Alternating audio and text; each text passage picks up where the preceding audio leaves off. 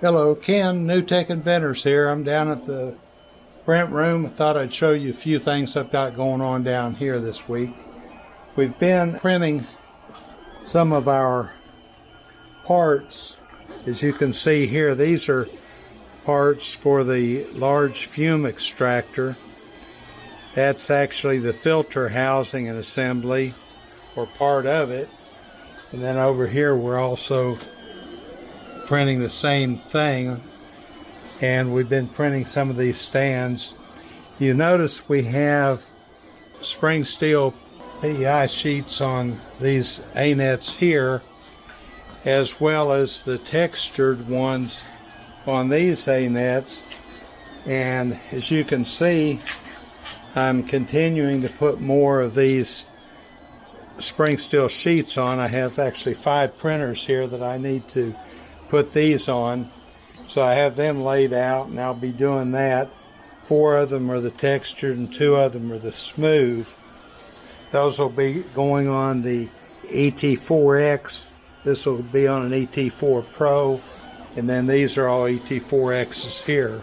We're doing more and more of the spring steel, especially the textured spring steel. Gives us a good finish on some of the parts. A lot of the parts, like on these larger printers, I still use the glass bed. They do a pretty good job there. We're printing some lap diner parts here, this part right here, and still using glass bed. However, I have gone to a smooth spring steel sheet on this one that I'll be printing some on. Actually, the results are the same between the glass bed and the PEI spring steel sheets. They still give you that smooth finish. The difference is that with the glass beds, I actually have to remove the glass and put it in front of my air conditioning unit to cool it down so I can pop the parts off. Where with the spring steel sheet, I can just easily remove that and flex it and break the parts loose that way. So that's the biggest advantage for me using the spring steel. It helps me change parts out quicker.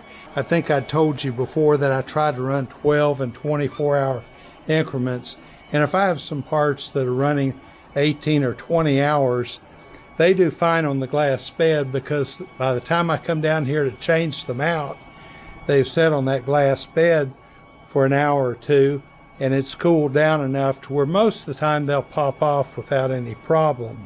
But on these larger A-net A8s, if you notice here, you'll see I've got at least 2 clips and sometimes 3 holding the glass on. Now, when I'm printing smaller parts, it's not an issue, but when I'm printing some of the larger parts, like I did for some of my custom jobs I printed for other companies, I had to put additional clips on that glass to hold it down, because the nozzle would have a tendency to catch and drag when moving around, and it would move the glass. It could shift the glass, and if the glass shifts a fraction of an inch, obviously it's going to throw your whole print off.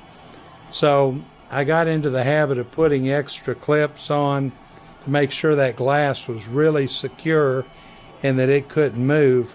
As long as I'm not printing parts like that, I don't have to have so many clips on. But that was always a hassle, taking about 8 or 10 clips off just to get the glass off, to take it in there and put it in front of the air conditioner, cool the glass down so I could remove parts.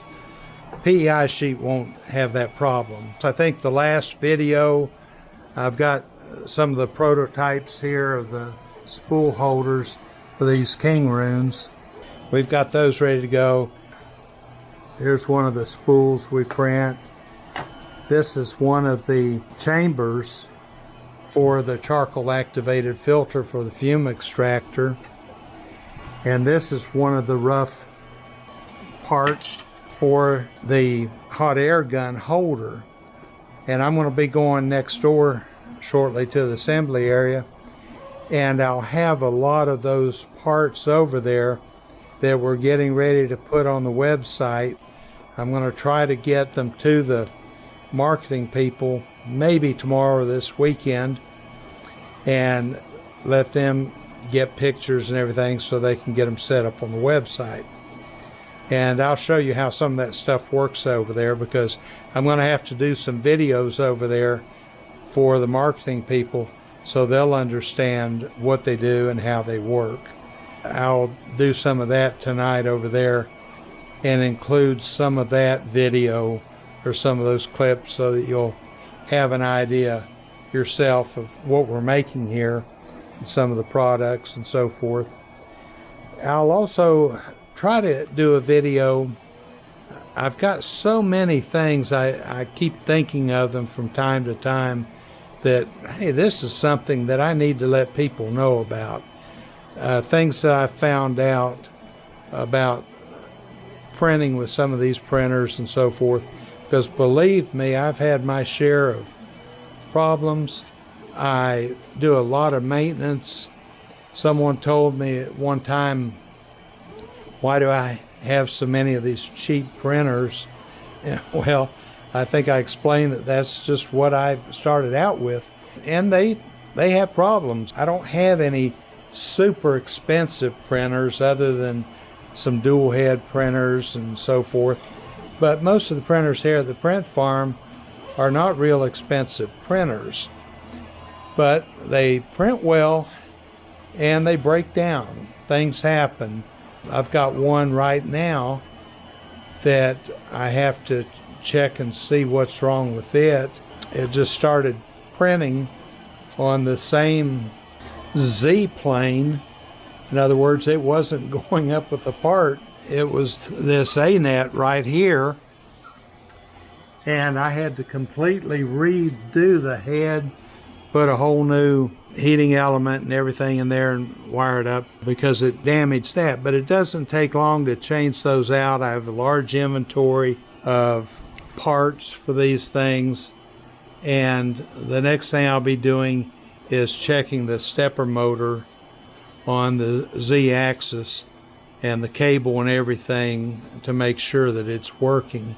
And I'll do a little test print that will have a small footprint and go vertical pretty quick, and that'll allow me to test it and check it out and see what it's doing.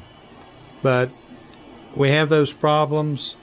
They're pretty common for me. I'm used to them with these printers, so it doesn't take very long. I try to get to the printers. I still have about 5 printers in here out of the, I think I have 63 in here. But I still have 5 printers that will not operate, that have a problem. One of my A-nets A8s, let's see, extruder motor out. Okay, this one stopped extruding, and the motor, you can see the gear, it's not turning. So there again, I've got to check the motor, check the cables. Could be the motherboard. There's a lot of things that can cause that to happen. I try to get to these things and do this maintenance as quickly as I can, even though I'm only using about 20% of my capacity here right now. I have a lot more capacity than I need, and that's partly intentional because I wanted to have enough capacity so once we finished the marketing and started doing some advertising and getting people to the website, hopefully sales would pick up and get to a level where we need to run the majority of these printers in here. When it happens, let's be optimistic. When that happens, I will have the capacity. And it doesn't take me too long to come down here and change these printers out. I came down and changed that one and one of the other ones. Usually if I'm using a spool of filament on here, and I'll keep running this job until that filament runs out. So each time I come down here, all I have to do is just remove the parts and push restart on the printer and let it start preheating and printing again. And I don't have to sit here and make sure that it starts.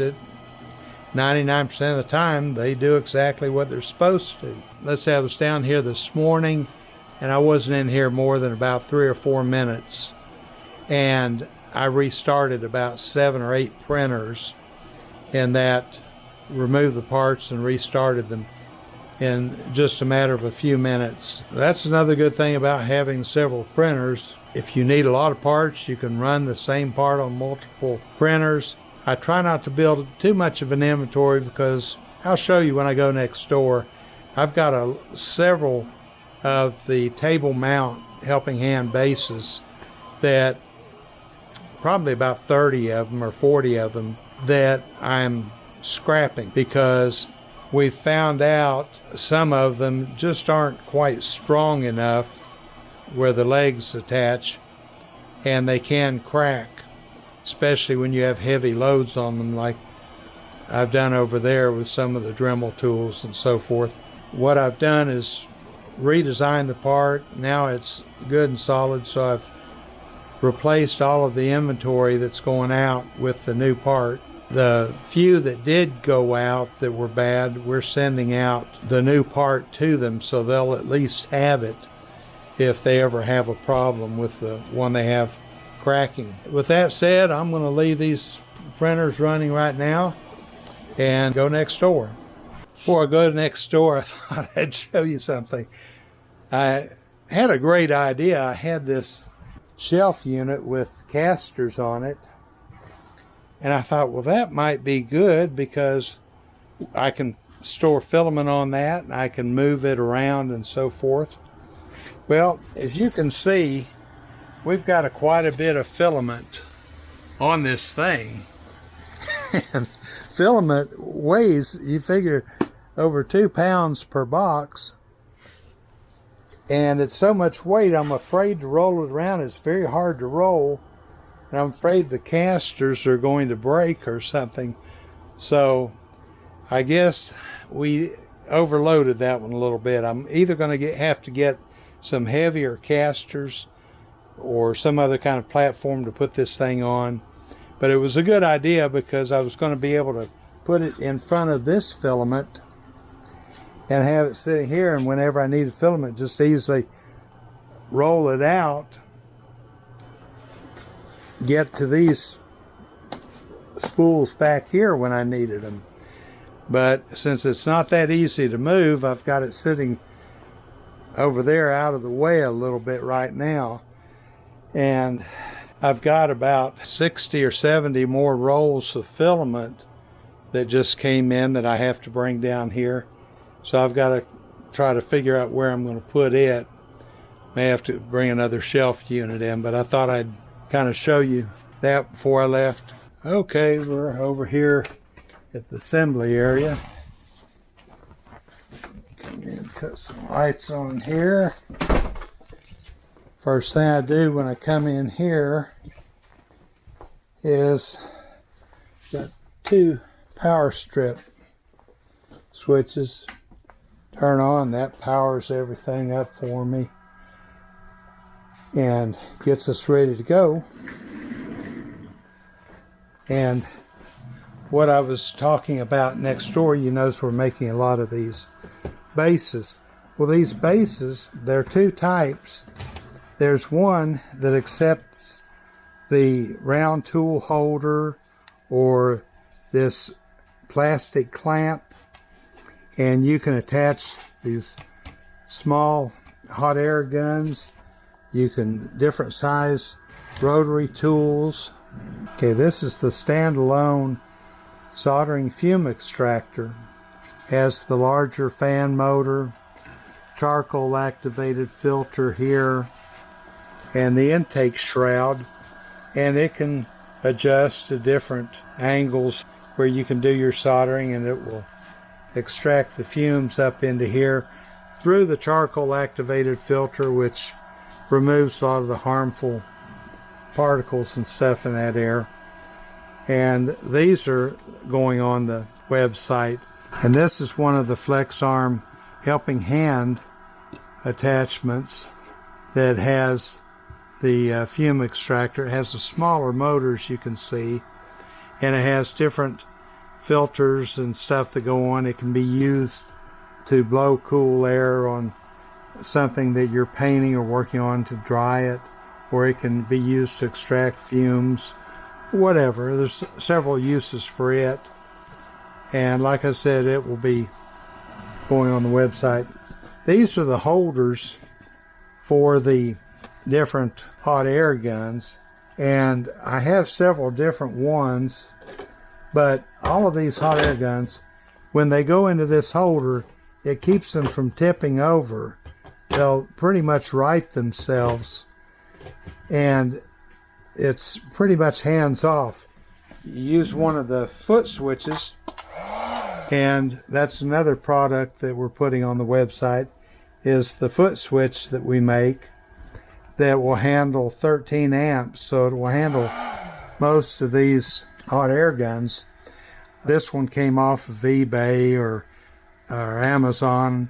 This one came off of either eBay or Amazon. This is one that Harbor Freight sells. This Iron Ton, this is one that's sold at Northern Tool. So we made this one bracket so it will fit all of these different guns because they have different size bases and so forth. So I made one universal adapter. It will work with most of the hot air guns out there on the market. If you need one of those, they sure come in handy because I like having it set in either the high or low position and be able to just push down on the button and heat shrink or heat up parts. We actually, I think in one of the last videos I showed where we heated the rods that go into the spools that go on our Kingroon printer spool holders, and that allows that rod to go in there, and once it cools, it's there to stay. I don't have to worry about glue or anything else, and it just takes really no time at all to heat that thing up. And of course we've got our soldering area over here. I had this Kingroon printer over here because I had a problem with a connection on the circuit board and brought it over here and tore it down and did some soldering. So it's ready to go back next door now. Anyway, I just thought I'd show you a little bit of this stuff here.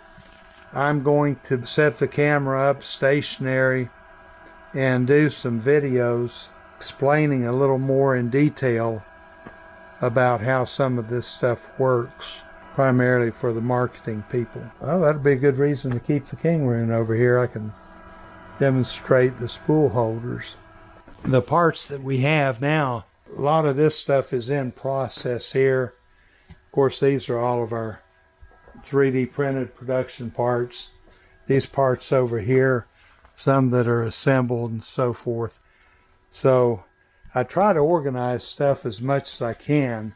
Then all of the smaller individual components, like the switches that go in the helping hand, the bearings that go in the filament holder, and the LED lights that go in the flex arm LEDs, and of course the connectors that we put on the parts.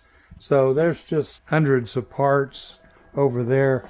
These little drawers and stuff around here keep a lot of the parts. These are all nothing but screws, and these go on this large fume extractor. These are the long screws that go on there, and these up here are the screws that go right in here with the nut to hold these brackets on. So there are a lot of screws. We don't use every one of these screws in the products, but I would say altogether we probably have about 40 different screws that we use on these products. Anyway, that's a little bit about that. I'm going to be doing a little bit of work. As you can see, when I turn that power strip on, I fire up all my LEDs on my lights, do that for two reasons. One, I always need extra light, and it doesn't hurt to let them run. If anything, it's a quality control thing, just to see if I can burn out one of these LED lights with extended use. So far, I've never had one burn out. But another thing too, when I get ready to leave and go to the door and shut the lights off, if I failed to cut one of these power strips off, I'll know because I'll see all of these lights on back here. And that also helps prevent me from leaving some soldering stations on, and don't want to have a fire or anything. These are the brown lap diner parts that we're printing. And this is one here that has the hinge in it and the cup holder. And we're working getting this brown 3D printed lap diner assembled and making sure that everything works with it. We're actually in production now next door making some of these things. We've already produced several of them in blue and orange and dark brown, and then this medium brown. And those will be going on the website. So a little bit more that's going on. And so I'll be continuing to keep this work going until it gets to the point where I just can't do any more myself. I think when I get to that point, I'll have enough cash flow and money coming in. Because the whole idea is, for this business, it has to be self-sustaining. We need to have enough coming in to build our inventory, to pay for the equipment and utilities and all that kind of stuff. And then, in addition to that, pay the marketing people and so forth. So before I go out and hire a bunch of people, I need to make sure that I have enough profit coming in from the sales on the website and Amazon to justify doing that. So until the next time, happy printing from NewTek Inventors.